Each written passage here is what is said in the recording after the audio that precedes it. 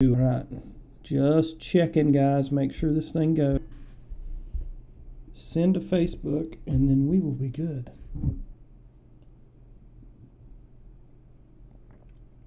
I hope. If not, we're just going to sit here and drink a beer, I guess. Already popped the motherfucker open. Yeah.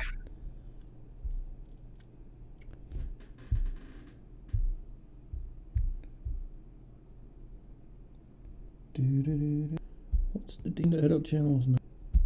My Facebook. And I'm going to add it back. Okay, it says we're online. Fusionist was our last bit of I'm working out of a hotel tonight. Oh, Lunch for right now. All right. For, you tried to tell me 6 months. All right, we ain't been gone no 6 months. It's 4 months. Still way too freaking long, but I think everybody kind of gets it too, because so much everybody's lives have been changed. Yeah, right, and particularly for me, like a lot of things have changed in my personal life and stuff here in the last few months. So we're just now getting back into the swing of things where I can kind of feel normal, and we can do this kind of stuff again. So I'm hoping if anybody joins in live, let us know how the stream is on your end. Drop a comment for me. That would be great. I'd appreciate it. But yeah, so everything prior from us going live last time to now is 100% my fault and not Dylan's fault. Blame me. I want all the hate. I want all the hate mail. Send it all to me. Yeah, like anyone's really missing us. Nobody asked. Yeah, I mean it's shitty too, because I feel like when we kind of ended, we were just getting into that groove. Right. We had just started doing really good shows, because prior to us really doing those set shows, we were just winging it, like this episode. Yeah. And so we finally got into a groove. I was writing and we got into that groove, and now we have to start over from the bottom. It's all good, dude. It's all good. Yeah. I'm going to be honest. I kind of enjoyed the break from everything. Like, I mean, I agree. I went off the grid. Yeah, for me, it was kind of bittersweet, because I was jonesing to do a show. Right. But not having to do research, not having the stress of having to be like, I have to be home at this time to do the shows that I wouldn't have normally been able to do. So it was great. But yeah, it seems like the last couple weeks I've been kind of getting back into it slowly. Yeah, I happened to drop in on you while you were live with the paranormal analytical guys. How did that go for you? Well, it's funny, because there's a little bit of a story here. So I got a message. They do their show at, I think, 10 o'clock my time. I get a message at like 9:57. And the message says, hey, link. And it was the link to the Be Live. Right. And I just messaged back, because I'm thinking it's a mistake. I go, hey, you need me? He goes, if you can hop in. And it ended up just being that we had one of those nostalgic shows, which myself and Eddie love to do, the nostalgic shows, because newer viewers didn't see those shows. Right. And it helps them learn new things. It also helps us catch up. But I haven't been a part of them for a year. And, it was neat to be back. Glad that Eddie and Rick welcomed me with open arms. They're good fellas. And yeah, who knows, what I'll be doing in the future. I have no idea. Yeah, I love those dudes. It was a cool episode for me, because it was one of those weird ones where, hey, Keith, what's going on, Keith? Keith jumping in on the chat over on YouTube. What's going on, Keith? It was kind of one of those cool shows for me, because you came from that show, and I've heard so many stories about some of these previous episodes that you guys have done. And it was one of those neat things where you guys were talking about it, and as you're talking about it, I'm like, hey, I ain't got nothing going on. Let me find all these episodes, these archived episodes here, and share them in the chat there, so everybody can go back. Even I can go back and listen to them, because I haven't listened, especially the mermaid one. I wanted to hear that. So it's pretty cool, Yeah. Everybody can go on that last live stream they did there, and in the chat, is the links to every episode they were talking about. Every show we mentioned, yeah, Right. which we appreciate. That was very kind of you to do. Yeah, it was cool. It was fun to talk about those things because some of those things we haven't talked about in a very long time, particularly the mermaid episode. Me and Eddie joke about it here and there, especially when I was on the air, Right. but it's something that we haven't really dived into in a long ass time. And it was a really fascinating episode, and it was really cool to see people's reactions to that. Because, like I had said, we put up a poll, do you believe in the existence of mermaids? And 75% of the people polled said yes. See, that's so crazy to me. It was crazy to us, too. When Eddie, so I asked Eddie before we did the show, I said, hey, what's our topic for next week? As I always did. Every week after we would our show, I would ask Eddie, so what do you want me to research next week? And he said, why don't we do mermaids? And I thought he was fucking with me. I thought he was joking with me. And I said, oh, funny, haha. He goes, no, seriously. The research and found the stories, and it was really neat. They were hard stories to dig up, but that was also a perfect time to do that show because that was right when the Discovery Channel was doing some big thing on mermaids. So people who had never seen our channel before had stumbled across us just because they were researching mermaids too. Right. And we had no idea that was happening on the Discovery Channel or, American Geographic, whatever, whatever it is. Yeah, one of the so something like that I haven't even told you happened to us that you're not even aware of is after we did the Zodiac killer case. You're aware that they broke one of the ciphers. What was it, like 3 days after we did the freaking episode? And it was so funny. Yeah, it was because it was during the episode you were like, "Fuck the ciphers! I don't care about the ciphers." And then they cracked it like 3 days later, dude. No joke. Well, and you've busted my balls relentlessly about that because the next show we did, we talked about it, and you said, hey, one of the ciphers was cracked. You said, fuck the ciphers. And of course, I heard immediately that the cipher was cracked because everybody and their mother was sending me that the cipher had been cracked. Right. And that was just, it was one of those things when I was writing. It's like I can talk about ciphers, but I don't want to dig too deep into them. That takes your focus off of the story at hand. Right. And I didn't want to do that. And then of course, the next day I realized I should have talked about the fucking ciphers. See, this is where it's different for us. And let me say this first. What I was talking about was that once that got picked up, our show, that is now our number one show because of how much sent up to the ciphers that we were getting closer to the top of the list rather than archived, other people's shows and stuff. So it was really cool to go back and look at the statistics on that episode, and it's like 3 times what our biggest show has been. I mean, that's fantastic. I'm glad to hear it. That's the thing is we put a lot of, contrary to popular demand, we do put a lot of time into the show. We put a lot of effort into the show. We try to make the show as entertaining to folks as possible. Not so much shows like this where we're just kind of freeballing, but shows like that, the effort that we put into that, the research that goes into that, I don't feel like people always realize. No, because a lot of people. Yeah, go ahead. Go ahead. I was just saying, a lot of people just can just go on YouTube and type a search button and boom, there's every answer that you could possibly need. So they don't understand how much goes into making each one of those. And it's not only that; it's like. I know one of the things that I did to prep was I always watch some documentaries, I always read some primary documents, I always get to do that kind of thing. But for whatever reason, with the Zodiac story, because I know it so well, I just went on YouTube, wanted to hear what other people were saying. Mm-hmm. There are 5-minute animated videos people have made explaining the whole thing in 5 minutes. Yeah. And to me, it's that's crazy that someone can compile all this information into 5 minutes, and they do flawlessly, by the way. Oh yeah. And I feel like people kind of take that for granted. People who watch shows take that for granted, or people who watch that content take it for granted. All the work that goes into digging up this information. Yeah. That's my favorite part, though, especially if you're getting Yeah, like know anything. we were in a bit of a serial killer grind, Mm-hmm.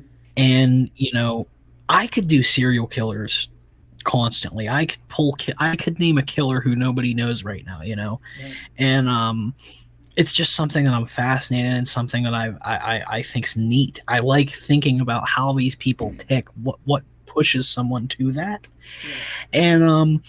and then we kind of had to reel it in and be like, well, we're not exactly an unsolved crime show, so we got to talk about some other stuff. But we have some shows that we had planned before our hiatus that we haven't got to do. Oh yeah. And I think that when we end up getting the ball rolling again, when we end up coming back, I mean, there's a lot of shit that both of us have to offer. Yeah.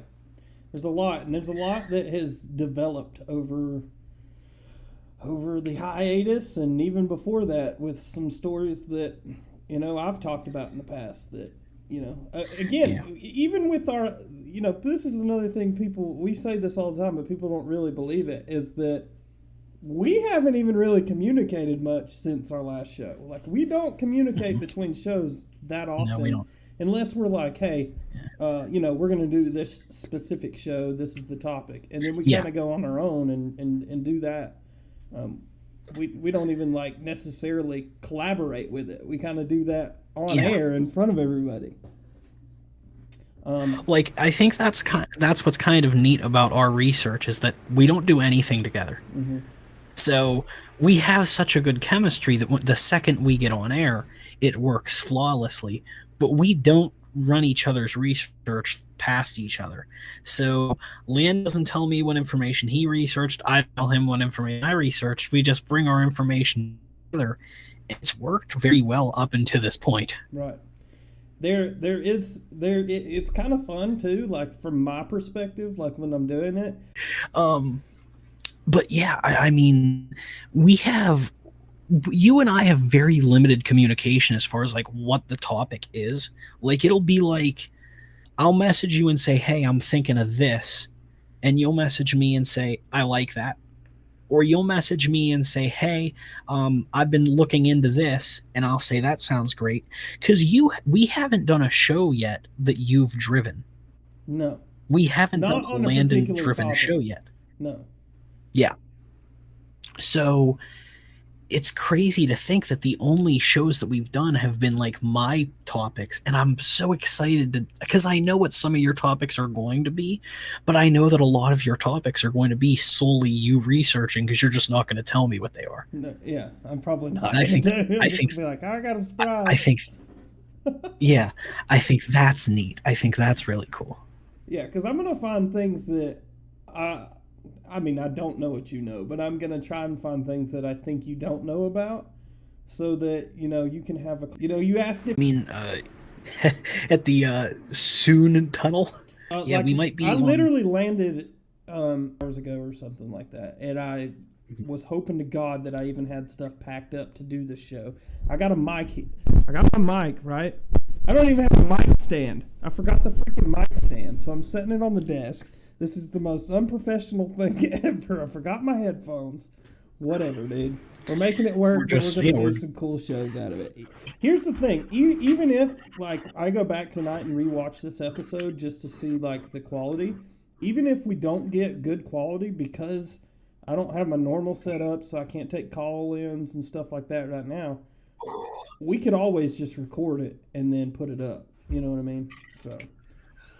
I'm lucky that you're the only one that has hard liquor right now, because we know what happened last time. Oh man. Well, that's the thing is, that's burning up too. It's I handle alcohol pretty well because I don't overindulge in it. See, I don't drink a lot, like ever really. So when I do, yeah, I get stupid sometimes. But I don't drink ever either. I just have there's a line for me, and I know it. I know there's too many people that don't know their line, Listen, I know my line, but when I'm having fun with people, the line's out there. I don't give a shit. I mean, it'd be the same way if we were... I don't know what that means. That's some I don't know what that means. I don't know. But I'll tell you what, it's not bad. For those of you that are into that. Doing the Tomorrow, day one. I have a couple plans on the back burner. Some things I could do. Only one of which is a serial killer. Only one of which is a serial killer. I kind of want you with your little poll, and this is what I was thinking when you were talking about it, when you polled your audience. You got to remember who your audience is. Anything and everything. Very, very diplomatic. Very diplomatic of you. I mean, it's the truth. You know. Yeah, I agree. I think that. But I think that was one of the things that was so fucking out there. Because even like Ed, like we did that show as a joke, and it became serious. Right. Like it was. I've never seen anything like that. The issue with doing the Mermaid show is that I don't have my old book anymore. I don't know what happened to my old book, so all of my old stories are gone. Having said that, I could redo the research. It was just those stories were hard to fucking find. You could always go back. I only had 3 stories. Because we're just spitballing here. I mean, this was really just a test. You think that it's possible, right? But the question. I believe the question came up as how many of these people are just going stir crazy from being on a boat? Mermaids. See, that makes sense. Yeah, okay. And then the other side of it was like, because one of the stories in particular we talked about wasn't what, like, when you think of a mermaid, Landon, you think of like the Little Mermaid. You think of nice hair. You think of big titties. You think of, finny thickness. Well, initially, yes, that's where my mind goes. But when I think of if this were like a possibly a real thing, I don't see it as that. I see that more as like more of like an animal than a person. And that's what we had discussed on the show, because realistically, you're in the middle of the ocean. So that hair is going to be filthy, probably some dirty color, maybe brown or green of sorts. Yeah, I mean, not to mention that this person's going to have poor circulation. They're going to be pale white. It's going to look terrifying. It's not going to look like anything you want to fuck. Right. And then there's the other side of it that was like, what if these guys are seeing sea manatee? Oh, the manatees? Yeah. Oh. Like, that was the other part of it, because that was one of the descriptions that we got. Like, they're just mistaking the manatee for a... I mean, I could kind of see that if you look at a manatee's, like, tail specifically. So that's one of the things that was brought up in the original show. But there was one story, and I wish I have my book, but I remember the story was in some type of frozen area. Somebody somewhere along the line claimed to have killed a body or something. So I don't know. It was weird. It was the weirdest show I've ever researched. Having said that, like, the thing doing the mermaid show is it's one of the exactly. So do we want to go that route? Do we want to go the goofy fucking route, or do we want to go the legitimate? I can take it kind of seriously. If my thing is I would like to have somebody on who really believes it. You know what I mean? That can. I feel like if we're gonna do that, the best thing we should do, and this amazes me that I'm suggesting this, we should talk to Eddie. Mm-hmm. We should get Eddie on. I've got a couple Eddie can get Eddie on for, so I'm cool with that. You've got a couple? Yeah, I've got. Yeah, because I think there's one that you don't want to talk about that I know that he's like the god to talk to about. Oh, I won't do it. I already know what you're talking about. I won't do it. I won't. I told him, am I allowed to say what it is, or is that secret? No, you can say it. I'm just curious as to why you can do a show talking about how a woman screwed Jesus, but yet you don't want to talk about the Anunnaki. Well, let's remember, I didn't want to do that show either. That's first and foremost. I didn't want to do that show either. You did it. But I did do it. You're right. I did do it. I didn't want to do that show either. Here's the deal. And I'll tell this story because it's been told on air before. It hadn't been told in full detail, and I know that I can tell it in full detail here. Me and Eddie are on the phone 3 years ago. Mm-hmm. Okay. Me and Eddie used to talk on the phone every day. Hours. Hours and hours. Eddie worked the night shift as a security guard at the time, and the past time he'd call me up and we would just talk about what, politics. We'd talk about the paranormal stories. We'd talk about what's happening next week on the show. So we have this discussion of Anunnaki. And Eddie says, well, what do you think about it? I said, Eddie, I think that's the craziest shit I've ever heard. And Eddie's on Team Anunnaki. Oh, yeah. Eddie's a very spiritual guy, but a very big part of him would like to be on Team Anunnaki. And it's one of those things that I can't rationalize. And a big part of the reason I can't rationalize is because I can't rationalize regular religion. Now you're asking me to rationalize it as aliens. And for those of you who don't know what Anunnaki is, I'll make this as brief as possible, but it's the concept, the thought, I guess, that this alien species known as the Anunnaki came to Earth during the ancient periods, like when the Egyptians were around, took the Egyptians and basically bred them with the Anunnaki themselves. And when the Anunnaki left Earth, they left behind some of their enslaved people, and they left one rule, and the rule was don't fuck each other. And of course, the Anunnaki was gone for some undisclosed amount of time, and when they returned, there were all sorts of half-breeds running around. Mm-hmm. So the Anunnaki, with their infinite wisdom, because they're way smarter than people could ever be, flooded the earth. And the stories that are in the Bible aren't about God. It's not what happened with God. It's about Anunnaki and how they directly affected us. That's great brief. Like, was that not brief enough? Like, no, that was great. Like, if you could sum up Anunnaki in 45 seconds, I don't know if I could have done it better. You did pretty good. Now, here's my problem. I have a problem rationalizing any of this shit that we talk about. So what's that any different? It's just a story. I'll explain why it's different. Because I've recently had this discussion with Rick Warren, too. Okay. Because Rick Warren wants to do a show that's a little iffy. Now, I'm not going to out what Rick Warren wants to do because I'm not an asshole. But Rick Warren wants to do a show that's a little iffy. Tell me later. Yeah. Here is why I wouldn't do either of them. Mm-hmm. Okay? No matter who your audience is, it's a lose-lose. You're either going to piss off the people who believe in the paranormal, who also believe in God, or you're going to piss off the people who believe in the paranormal and don't believe in anything. And the margin of people who believe in this shit that you're pushing on them is so small that those people aren't in the fucking audience.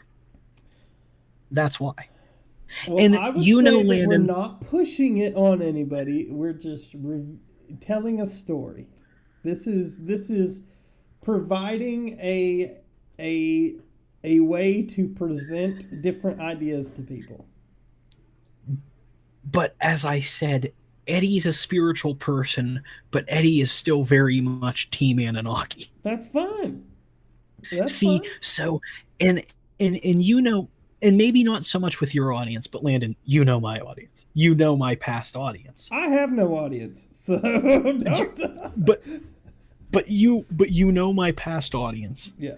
And you know how quickly shit gets under their skin. Oh, yeah. Just the smallest things. And these types of shows are the types of shows where immediately you're made out to be an enemy just for putting them on display. You see what I'm saying? And I don't feel like that. I like the controversy. I understand liking the controversy. I get that. But I think our goal as presenters, our goal as journalists in a way, isn't to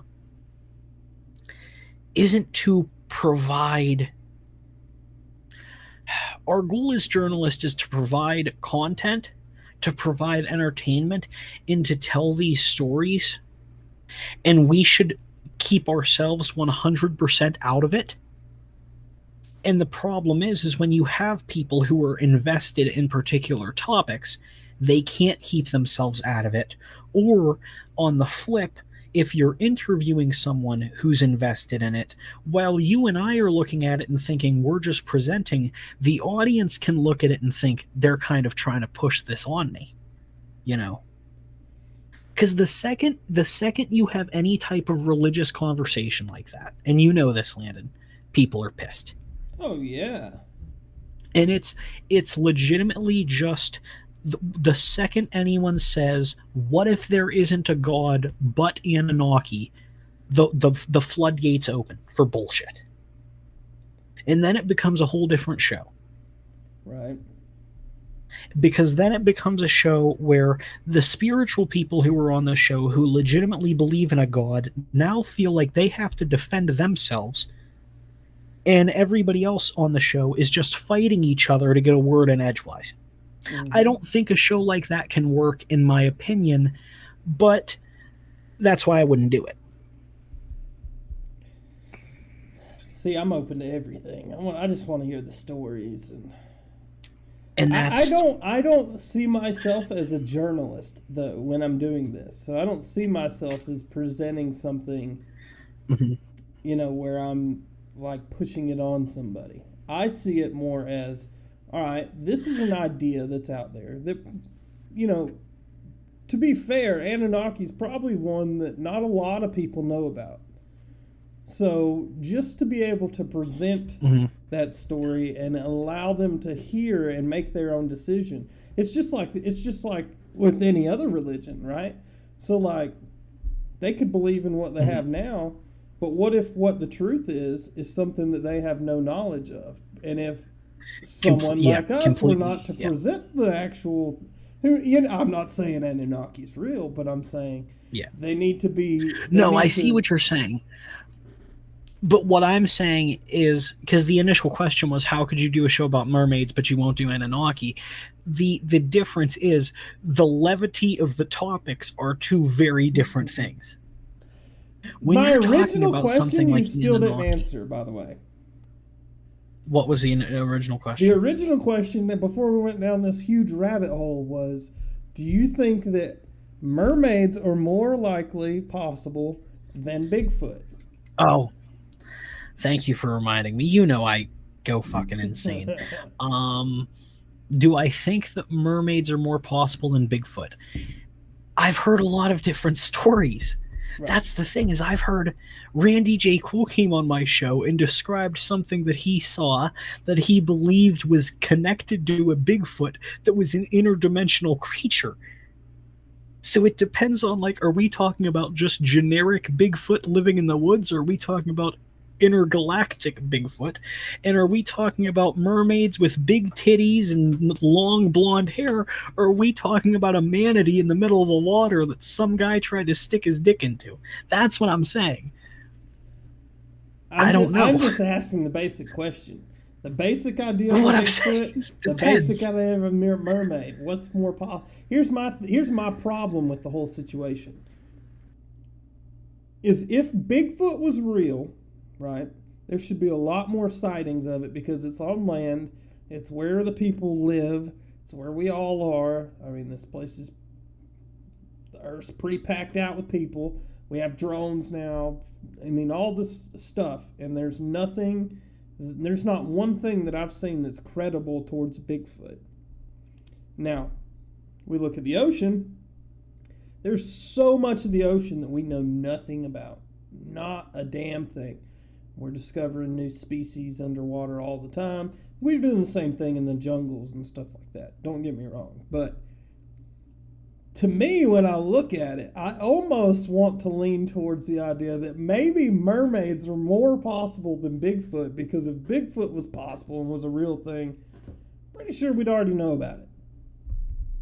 Well, see, but I could come back and say that we're assuming that a mermaid is a mammal type creature, like a dolphin, like a whale, that it would be on the tip of the water anyway. It wouldn't be so deep that we can't find them. I don't know that. Whereas a Bigfoot, but we can use our fucking contextual clues here, asshole.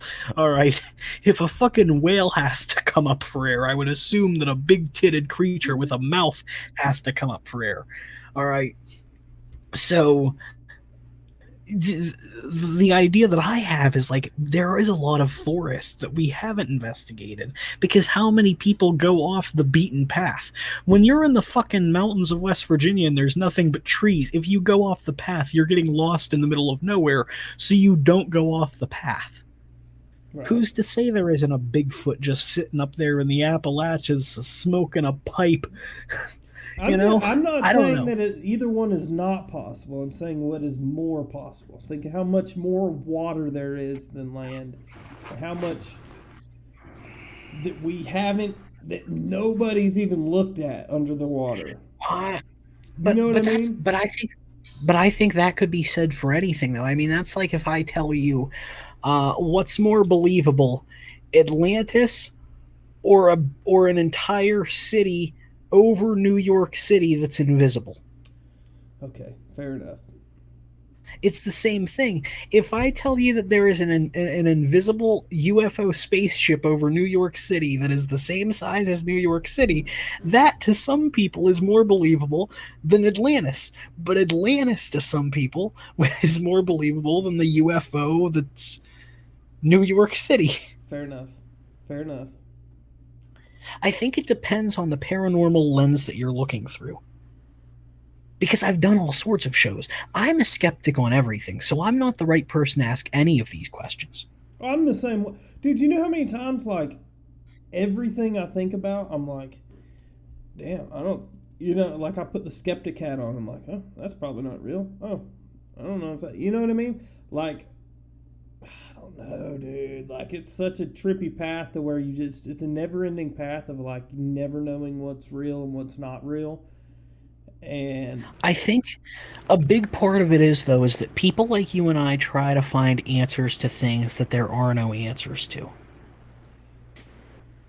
Yes. And that's the rabbit hole, because it's never-ending. You're never going to find the answer to a question that has no answer. And we try, but we're never going to find the answer. I think we're just never going to find the answer that we're specifically looking for. I think that there could be an answer to it, but it's probably not something that we're even, that's even in our minds. I know that there's a lot of talk. That's my problem with this paranormal stuff, dude. Even now, is like, yeah. I'm like, my problem is I've had all these crazy experiences of things that I can't explain, and nobody around me that experienced those things can explain. But at the end of the day, I can't make that leap from saying, oh, that's just something unexplained, to, oh, that's a dead soul, a dead person's soul that's just roaming. And I think, like, how do I get from that to there? And I think about that with every scenario that I possibly come across. But you know what's scary to me? You know what's really fucking weird to me? How there are people. Oh, I'm gonna sound like a dick for a second. This is gonna be old school Quincy coming out, Landon. Do it. Because you've probably heard me bring something like this up before. How can you be someone who's so entrenched in the paranormal and you don't even know the basics of the paranormal? How can you believe in something so full-heartedly and you don't even know the basics? We've seen that as an example of some of my past viewers. We were having a live investigation, and one of my viewers that have been watching since longer, they have been watching since before I became a host. They asked what a ghost box was. How are you 6 years deep and you don't know what a ghost box is? Okay, that's fair. I was going to ask you, what do you mean by basics? Because my problem is like, who's, at some point somebody said, oh, EMF detects ghosts, right? Who's to say that that's even real? That's just what somebody said, and you're just spewing it off by the freaking mouth. You have no fucking clue. Where do we get from ghost to this is what causes, or And you're is right. what detects it. That's my You're problem. right, but you're 100% right, but these are the terms we've coined. For example, we've coined the term EVP. Okay? Right. You watch any paranormal show on TV, you're going to hear the word EVP 30 times. You watch any paranormal podcast where they're talking about spirits, you're going to hear EVP 30 times. How can you be an avid viewer of one of these programs you've been watching for 6 years, the most hardcore fan we've had? Right. You don't click off the show, you're constantly commenting. In 6 years after you started watching, you ask what an EVP is. It's because you don't give a fuck about the paranormal. Right. You care about what's happening around. You might care about what you're seeing on the screen, but you don't genuinely care about the content. Right. Your mind's already made up because you're a fucking crazy person. Right. These are people that don't ask the questions that you and I ask and just start immediately assuming things. Right. And what does assuming do, Landon? What do they say about assuming? You and me. Correct, sir. That's my thing, though. Is like there's so many people in the paranormal, and I've found this out like the longer that I've been into it, is that they'll listen to things like this and learn the basics, like what you said, and what they mean, and you know what this causes that and this. They don't know any of that. They're just repeating stuff that other people have said. And then they pretend to be like they're some expert, but yet they have no more answers than what you and I do. We're just actually being critical of the information as to where they're not. And the thing is those are the same people, Landon, that'll say that you and I are wrong just because we don't believe what they believe. We're wrong even though we have more information than they do because they're always right. Right. It's fucking insanity. Yeah. That's why, like, the paranormal world making this full circle, doing a show like Anunnaki. How the fuck are you going to explain that to people? Like I said, you said I did in 45 seconds a pretty good job. That's why I would have Eddie do it, because Eddie's so in love with it that he would be able to explain it to where people... He's the only one that I've actually been able to listen to talk about it and actually... And it makes sense. And it makes sense to where I understand the whole concept. But this is what I'll say, and I agree with you. Eddie does a great job explaining it. There's two parts to it. There's someone can explain it to you, but then there's the person who's listening, obtaining that information, and not just immediately getting triggered when they hear the word aliens instead of God or what if or any of these situations, because so many people only listen to those words that trigger them. They don't listen to the rest of the show. They don't pay attention to the rest of the show. Right. They're only there to bitch. There's a lot of people like that. A ton. So what I'm saying is to answer your question yet again, why would I put myself through that kind of frustration when I could just avoid it altogether? So then do we just avoid the paranormal altogether so that we don't have to put up with any of it? Let me tell you, I've tried. Where's the fucking line? Landon, I've tried. You know I've tried to avoid the paranormal like the fucking plague. It keeps pulling me back in. Just when I think I'm out, they pull me back in. I think that the line is people's personal comfort zone.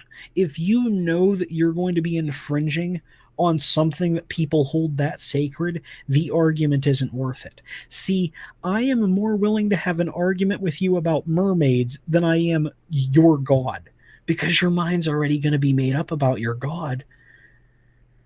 That's just how it is. Mermaids are one of those things that are so fucking out there that really, Landon, do you care if mermaids exist? No. If they do or they don't, it doesn't change my reality. If they do or if they don't, it doesn't change your reality. Exactly.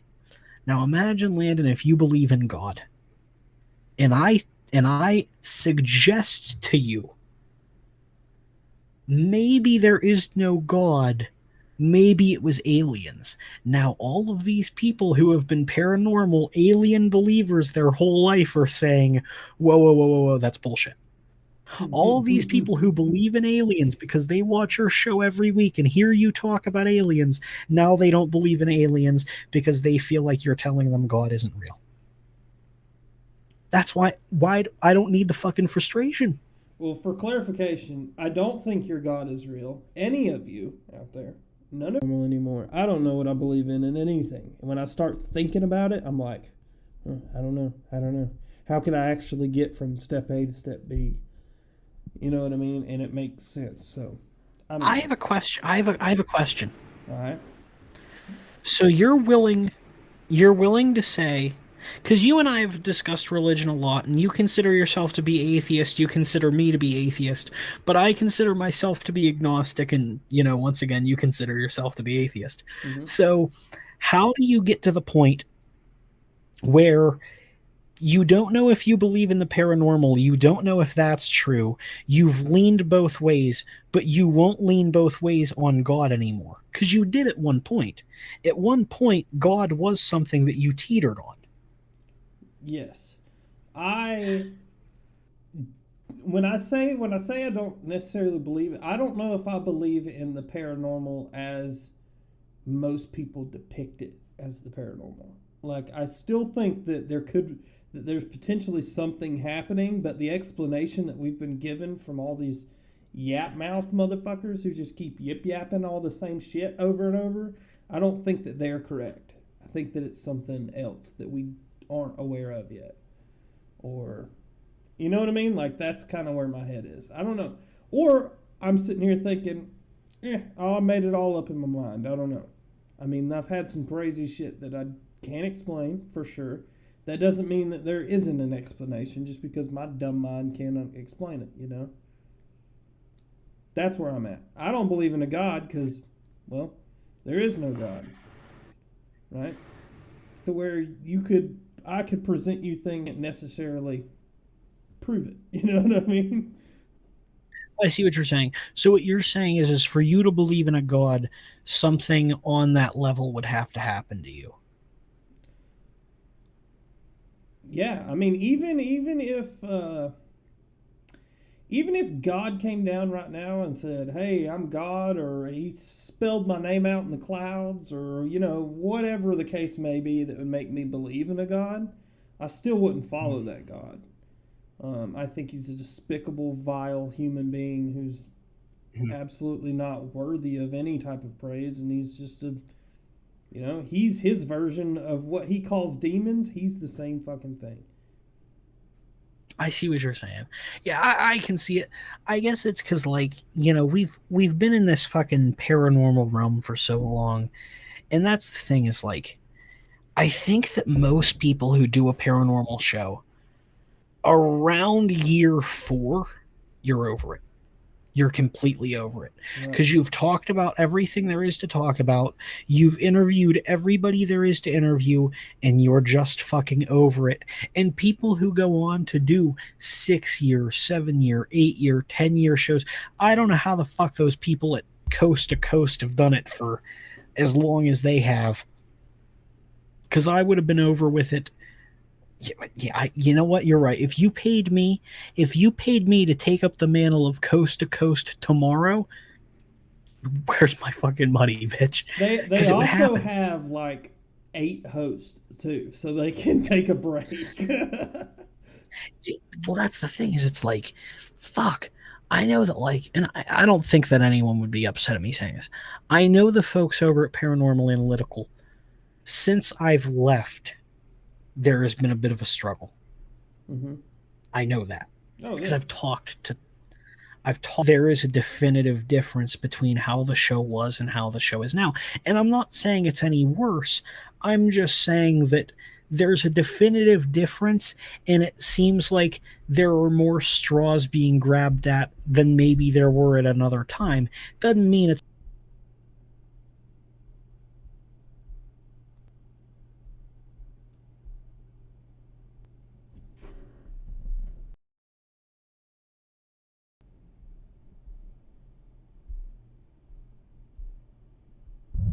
and then we're gonna.